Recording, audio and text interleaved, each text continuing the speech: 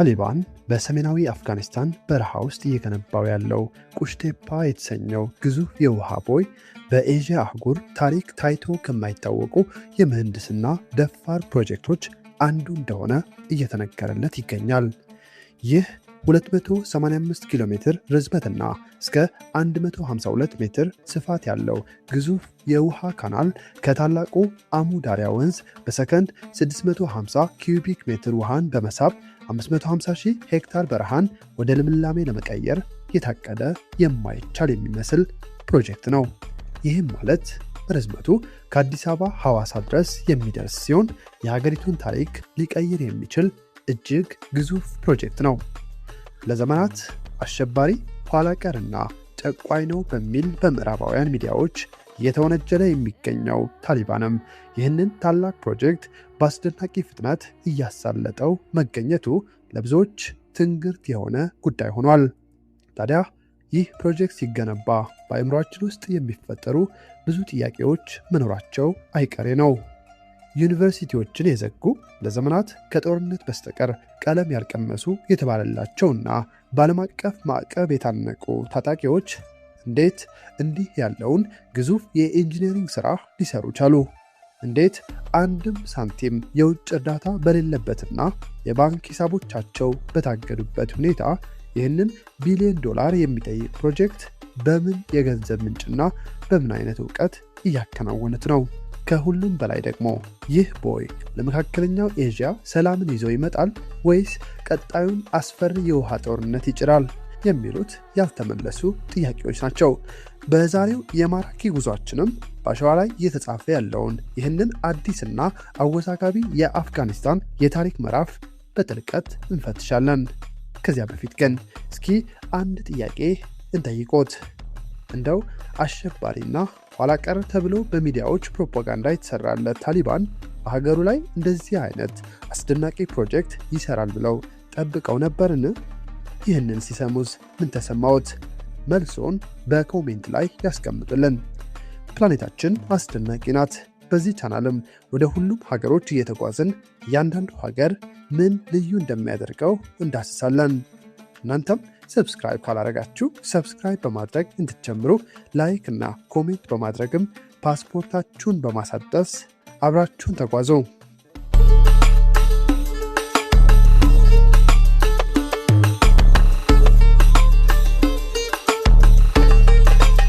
የዚህ ታሪክ ጥንስስ የሚጀምረው ዛሬ ካለው የጦርነት ፍርስራሽና የአሸዋ ላይ ታምር በስተጀርባ ከአንድ ክፍለ ዘመን በፊት በነበረው የሀያላን ሀገራት የቼዝ ጨዋታ ነው።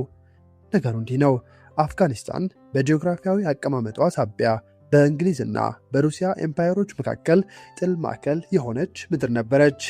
እንግሊዛውያን በቅኝ ግዛት ዘመናቸው ይህችን ምድር ይቆጣጠሯት፣ አልፎም የተቆጣጠሯቸውን ሀገራት ይጠብቁባት ዘንድ ብዙ ቢሞክሩም ነገሩ ግን እጅህን ስጣለኝ ፈረንጅ እጅ ተይዞ ሊወሰድ ምን እጅ አለው የእሳት ሰደድ አያውቅም እንዴ ክንዴ እንደሚያነድ እንዳሉት ሎሬት ጸጋዬ አጼ ቴዎድሮስን ባወሱበት ሁኔታቸው አፍጋኒስታንም ይህንን ደም ተካፍላ ይመስል የኢምፓየሮች መቃብር የሚል ስያሜን እስኪሰጣት በፍጹም መከላከል ህልውናዋን አስጠብቃ ለዘመናት ቆየች። ይሁን እንጂ ምንም እንኳን የቅኝ ገዢዎችን እግሮች ሀገሯን እንዳይደፍሩ ብታደርግም ሰላሟን ልታስጠብቅ ግን አልቻለችም። ይልቁንም ሀገሪቱን ለቀጣይ 10 ዓመታት ለሚዘልቅ የውስጥ ፍጥጫና የርዕዮተ ዓለም ጦርነት አሳልፎ ሰጣት። እስቲ ያስቡት፣ ለ100 ዓመት ያህል የጦር መሳሪያ ድምፅ ያልጠፋበት ምድር ምን አይነት ጠባሳ ሊኖረው እንደሚችል። ታሪኩ ሲቀጥል የ20ኛው ክፍለ ዘመንን ከዘለቅም በኋላ በ1970ዎቹ ማብቂያ የሶቪየት ሩሲያ አፍጋኒስታንን ወረረች። ለዘመናት እጅ አለመስጠትን ከደሟ አዋህዳ ስትታገል የነበረችው አፍጋኒስታንም እጇን የሰጠች መሰለች። ነገሩ ግን ከዚህ የራቀ ነበር። ለዘመናት ነፃነትን የሚያቅ ለነፃነት እጅ አለመስጠትን ከአባቶቹ የወረሰው የአፍጋኒስታን ማህበረሰብ በፍጹም እጅ አይሰጥምና ጀግንነትንና የውጊያ ስልትን ከአባቶቻቸው የቀዱት አፍጋናውያን ሶቪየትን ለ9 ዓመታት ተዋግተው በውርደት ሸኟት። ነገር ግን ቀጥሎ በመላው ሀገሪቱ ግርግርና ስርዓት አልበኝነትን በመንገሱ ምክንያት በሀገር ፍቅር የናወዙ ለሃይማኖት የቀኑ ወጣቶቿ ታሊባን ሲሉ የሰየሙትን የሙጃሃዲን ተዋጊዎች ስብስብን ወለዱ። ይህም በሀገሪቱ የተንሰራፋው ስርዓት አልበኝነትን ለመታገል ነበር። ምንም እንኳን ጠላትን ከውጭ መጠበቅን ቢያውቁበትም በድጋሚ ሀገሪቱን ከእርስ በርስ ጦርነት ሊከላከሉ አልቻሉም። በዚህ መነሻነትም ሀገሪቱን ይቆጣጠሩ ዘንድ ከሃይማኖት ትምህርት ቤቶች የወጡ ወጣቶቹ ታሊባን በሚለው ቀደም ብለው ባወጡት ስያሜ ካቡልን ተቆጣጠሩ። ነገር ግን በፈረንጆቹ በ2001 ዓ.ም በኦሳማ ቢንላደን ቀናባሪነት የተካሄደው የአሜሪካው የ9/11 ጥቃትን ተከትሎ አሜሪካ በታላቅ ቁጣና ዘመናዊ ጦሮቿን ሸክፋ ለቢንላደን እንደ መደበቂያ አገልግለሻል በሚል አፍጋኒስታንን ወረረች። ሰላም አሜሪካ ለ20 ዓመታት በቢሊዮን የሚቆጠር ዶላሮችን በማፍሰስ ሀገሪቱን በራሷ መልክ ልትቀርጽ በብዙ ታገለች። ታሊባን ግን እንደው በቀላሉ እጅ የሚሰጥ አልሆነም። ያለማቋረጥ ለ20 ዓመታት ትግሉን ቀጠለ። ሆኖም ዋናው ጥያቄው የሚነሳው እዚሁ ጋር ነው። በቢሊዮን የሚቆጠር ዶላርና የዓለማችን እጅግ ዘመናዊው የጦር ኃይል ተራራ ላይ የተሸሸጉና ያረጁ መሳሪያዎችን የታጠቁ ተዋጊዎችን ማሸነፍ ለምን አቃተው? የጦርነት መሰረታዊ ማሸነፊያ ስትራቴጂው እጅ አለመስጠት ወይስ የጦር አቅም? የዚህ ጥያቄ መልሱ የታየው በቅርቡ በፈረንጆቹ በነሐሴ 2021 ዓ.ም ነበር። ተስፋ የማይቆርጥ ዱላ የበዛባት አሜሪካ በድንገትና ባልታሰበ ፍጥነት ሀገሪቱን ለቃ ስትወጣ ዓለም በድንጋጤ ተዋጠ። ከዘመናዊ ጦር መሳሪያ ይልቅ ጠንካራ አልሸነፍ ባይ ልብ እንደሚያሸንፍ ያሳየው ታሊባን በሳምንታት ውስጥ ካቡልን ሲቆጣጠር በሺዎች የሚቆጠሩ አፍጋኒስታውያን አውሮፕላን ክንፍ ላይ እየወደቁ ለማምለጥ የሞከሩበት ያ አሳዛኝ ትዕይንት የዓለምን የዜና አውታሮች አጥለቀለቀ። በዚያን ወቅት ሁሉም ሰው የጠበቀው አንድ ነገር ብቻ ነበር። እሱም ሀገሪቱ ወደ ኋላ ትመለሳለች፣ ሴቶች ከቤት እንዳይወጡ ይታገዳሉ፣ እንዲሁም ረሃብና ድርቅም ህዝቡን ይጨርሰዋል የሚል ስጋት ነበር። ምዕራባውያን ወዲያውኑ ማዕቀብ ጣሉ። የአፍጋኒስታን የባንክ ሂሳቦች ታገዱ። አፍጋኒስታን በጨለማ የተዋጠችና ከዓለም የተገለለች ደሴት ሆነች። ነገር ግን ልክ በዚህ ተስፋ ቢስ በሚመስል ድባብ ውስጥ ታሊባን ዓለምን ያስገረመ ሌላ ጦርነት ጀመረ። ይህ ጦርነት ግን በጥይት ሳይሆን በቁፋሮና በምህንድስና ነበር። ይሄኔ ታዲያ ካሜራዎች ሁሉ ወደ ሰሜን አፍጋኒስታን በረሃ ሲዞሩ ማንም ያልገመተው ትዕይንት ታየ። በመቶዎች የሚቆጠሩ ኤክስካቫተሮችና በሺዎች የሚቆጠሩ ወጣቶች ኩሽቴፓ የተሰኘውን ግዙፍ የውሃ ካናል ሲቆፍሩ ተገኙ። 285 ኪሎ ሜትር ርዝመት ያለው ይህ ካናል በረሃውን ወደ ገነት ለመቀየር የታለመ ግዙፍ የኢንጂነሪንግ ሥራ ነው። ይህን ጊዜም ታዲያ ብዙዎች እንዴት ሊያደርጉት ይችላሉ ሲሉ ሳቁባቸው። የኢንጂነሪንግ ዕውቀት የሌላቸው ዩኒቨርሲቲዎችን የዘጉና ጠመንጃ ተዋኮስ ብቻ የሚያውቁ ታጣቂዎች እንዴት እንዲህ ያለውን ግዙፍ ፕሮጀክት ሊሰሩ ይችላሉ የሚል ጥያቄና ትችት በረታባቸው። በእውነቱ ለብዙ ጊዜያት ከጦርነት ባሻገር ቀለም ያልቀመሱ ወጣቶች ይህን እንዴት እውን ሊያደርጉት ይችላሉ? ይህ ሊመለስ የሚገባው ጥያቄ ነው። የዚህ የቁሽቴፓ ካናል የግንባታ ታሪክ የሚጀምረው ለብዙ ጊዜያት አፍጋኒስታንን ሲያሰቃያት ከነበረ ችግር ነው። አፍጋኒስታን ለዘመናት በምግብ እጥረትና በድርቅ ስትታመስ የቆየች ሀገር ናት። መሬቷ እጅግ ሰፊ ቢሆንም በውሃ እጥረት ምክንያት ጥቅም ሳይሰጥ ለሺህ ዓመታት ቆይቷል። በዚህ በመነሳት ነበር የታሊባን መንግስት ይህንን ችግር ለመቅረፍ እና የሀገሪቱን ኢኮኖሚ በራስ አቅም ለመደገፍ በሚል በሰሜናዊ የሀገሪቱ ክፍል የሚገኘውን የአሙ ዳሪያ የወንዝ ውሃ ወደ በረሃማው መሬት ለማስገባት የወሰነው። ይህ ውሳኔም በብዙ የውጭ ሀገራት ተንታኞች ዘንድ መጀመሪያ ላይ እንደ ቀልድ ተቆጥሮ ነበር። ባዶ ካዝና ይዞ ያለ ዓለም አቀፍ ድጋፍ እንዲሁም ያለ ዘመናዊ ቴክኖሎጂ እንዲህ ያለውን ግዙፍ ሥራ መስራት አይቻልም የሚሉ ድምፆች በርትተው ነበር። ነገር ግን ታሊባን ሁሉንም ትችቶች ወደ ጎን በመተው በመቶዎች የሚቆጠሩ ከባድ ማሽኖችንና በሺዎች የሚቆጠሩ ሰራተኞችን ወደ በረሃው አዘመተ። አዝምቶ ብቻ አላረፈም። ባለው አቅም ሁሉ ፕሮጀክቱን ያፋጥን ዘንድ ስራዎችን በፍጥነት ይሰራ ያዘ።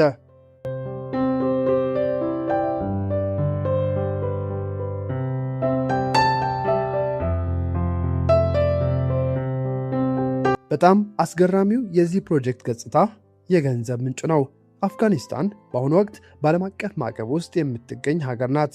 በቢሊዮን የሚቆጠሩ ዶላሮቿ በውጭ ባንኮች ታግደዋል። ታዲያ ታሊባን ይህንን ቢሊዮን ዶላር የሚጠይቅ ፕሮጀክት እንዴት ሊደጉመው ቻለ? መልሱ የሚገኘው በሀገር ውስጥ ሀብት አጠቃቀም ላይ ነው። ታሊባን ከድንጋይ ከሰል ሽያጭ፣ ከጉምሩክ ታክስና ከሌሎች የሀገር ውስጥ ገቢዎች የሚሰበሰበውን ገንዘብ በቀጥታ ወደ ካናሉ ግንባታ አፈሰሰው። ይህ በራስ መተማመን የተሞላበት እርምጃ ለብዙዎች የታሊባንን የአመራር ዘይቤ አዲስ ገጽታን ያሳይ ሆኗል። ከጦር ሜዳ ውጊያ ወደ ሀገር ግንባታ የተሸጋገሩት ታጣቂዎች አሁን ደግሞ በበረሃው አሸዋ ላይ አዲስ ታሪክን እየቀረጹ ይገኛሉ። ይሁን እንጂ የቁሽቴፓ ካናል ግንባታ ከምህንድስና አንጻር እጅግ ፈታኝ የሆነ ጉዞን አሳልፏል። አፍጋኒስታን ውስጥ ያለው አፈር በአብዛኛው አሸዋማ ከመሆኑ የተነሳ ካናሉ ሲቆፈር ውሃው ወደ መሬት ሰርጎ እየገባ ያስቸግራቸዋል።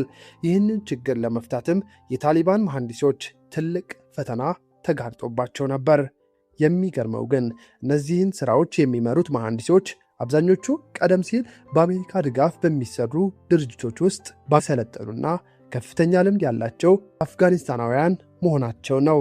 ታሊባን በፖለቲካ ረገድ ጠላት የሚላቸውን አካላት ጥበባቸውና እውቀታቸው ለሀገር ልማት ሲል ለመጠቀም ወደ ኋላ አላለም። ይህ እውቀት የታሊባን ቁርጠኝነትና የምዕራባውያን ስልጠና ውጤት ካናሉ በፍጥነት እንዲቆፈር ትልቅ አስተዋጽኦ አድርጓል።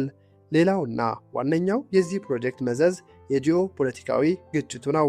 አሙ ዳሪያ ወንዝ የአፍጋኒስታን ብቻ አይደለም። ወንዙ ለኡዝቤክስታንና ለቱርክሜኒስታን የግብርና ምርት በተለይም ለጥጥ እርሻዎቻቸው የጀርባ አጥንት በመሆን ያገለግላል። ከዚህም የተነሳ አፍጋኒስታን በሰከንድ 650 ኪዩቢክ ሜትር ውሃ ከወንዙ ለመቀነስ ስትነሳ ጎረቤት ሀገራት በታላቅ ስጋት ውስጥ ወደቁ። የእኛ እርሻዎች ሊደርቁ ነው የሚል ድምፅም ከታሽከንት እስከ አሽጋባት መላው ከተሞችን አጥለቀለቀ። ታሊባን ግን ለዘመናት ውሃችንን ስትጠቀሙ እኛ ስንራብ ነበር፣ አሁን ግን የራሳችንን ድርሻ የመጠቀም መብት አለን የሚል ጽኑ አቋም ይዟል። ይህ ሁኔታም በመካከለኛው ኤዥያ አዲስ የውሃ ጦርነት ሊቀሰቅስ ይችላል የሚል ስጋት በዓለም አቀፍ ተንታኞች አማካኝነት እየተነገረ ይገኛል።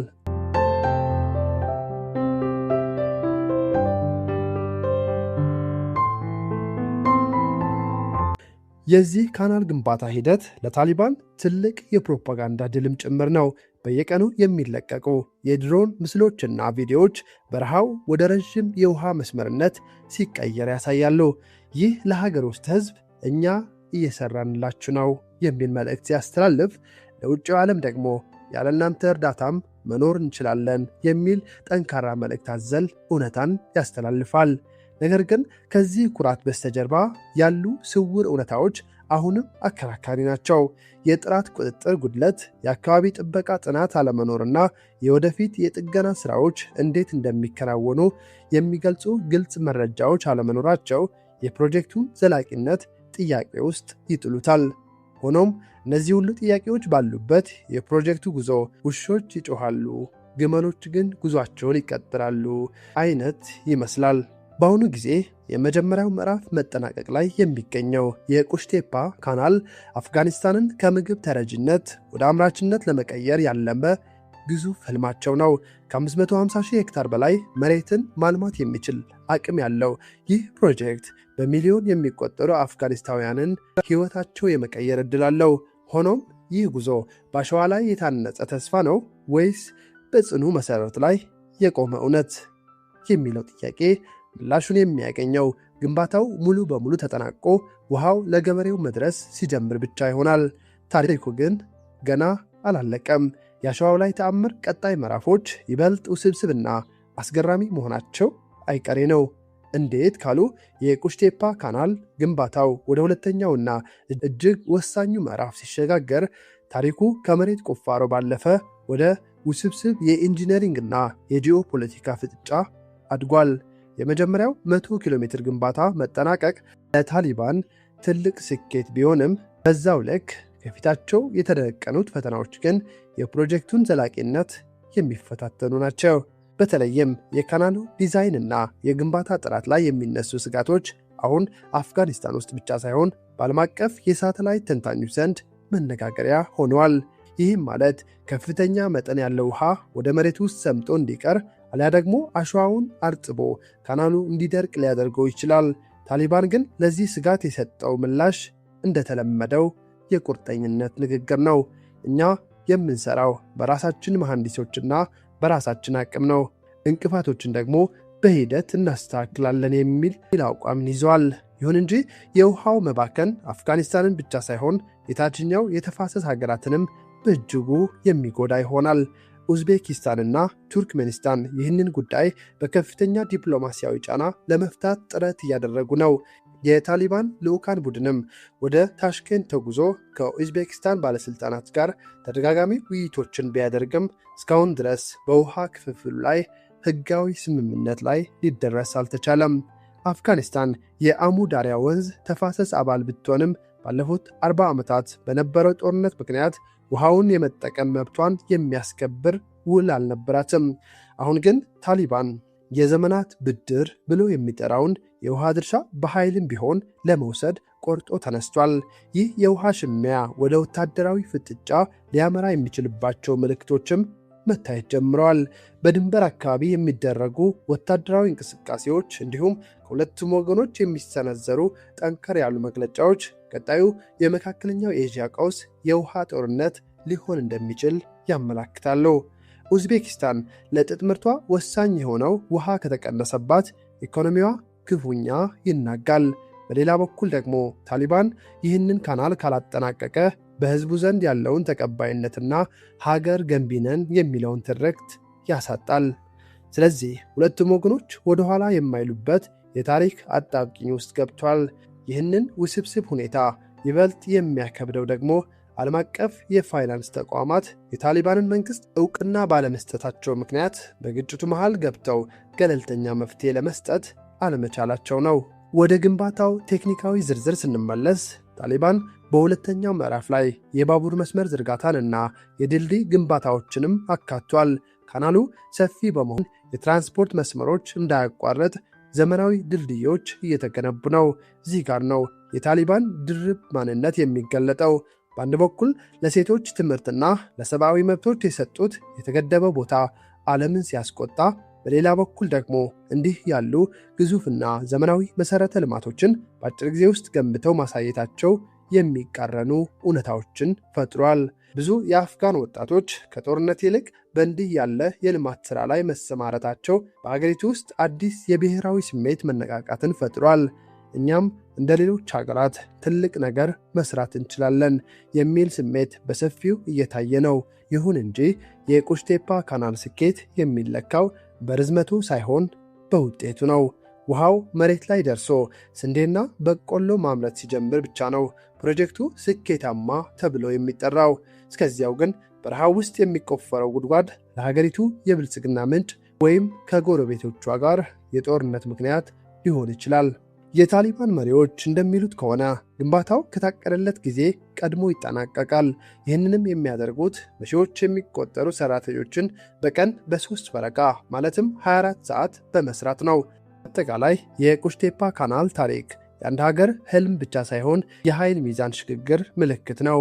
ምዕራባውያን በቢሊዮን የሚቆጠር ዶላር አፍሰው ያላሳኩትን መረጋጋትና የልማት ጅማሬ ታሊባን በአካፋና በዶማ እንዲሁም በውስን ማሽነሪዎች እያሳካው መሆኑ ለፖለቲካ ተንታኞች ትልቅ እንቆቁልሽ ሆኖባቸዋል። ይህ ካናል የአፍጋኒስታን አዲሱ ገጽታ ነው። ውስብስብ፣ አወዛጋቢ፣ ነገር ግን ችላ ሊባል የማይችል ሀቅ። ታሪኩ እየቀጠለ ነው። በአሸዋው ስር የሚፈሰው ውሃ ሰላምን ወይስ አዲስ የጥፋት አዙሪት ይዞ ይመጣ ይሆን? መልሱን በሂደት የምናየው ይሆናል። ውድ የማራኪ ቤተሰብ፣ የዛሬው ጉዟችን ሀገር የምትጸናው ካላት ኢኮኖሚያዊ ጉልበት ባሻገር ወደፊት ላለመችው ዓላማ አንድ ላይ በመያያዝና አብሮ በመስራት መሆኑን ያስቃኘናል። በቀጣይ በሌላ ኤፒሶድና በሌላ የሀገራት ጉብኝት እስክንገናኝ ድረስ ደህና ሁኑ።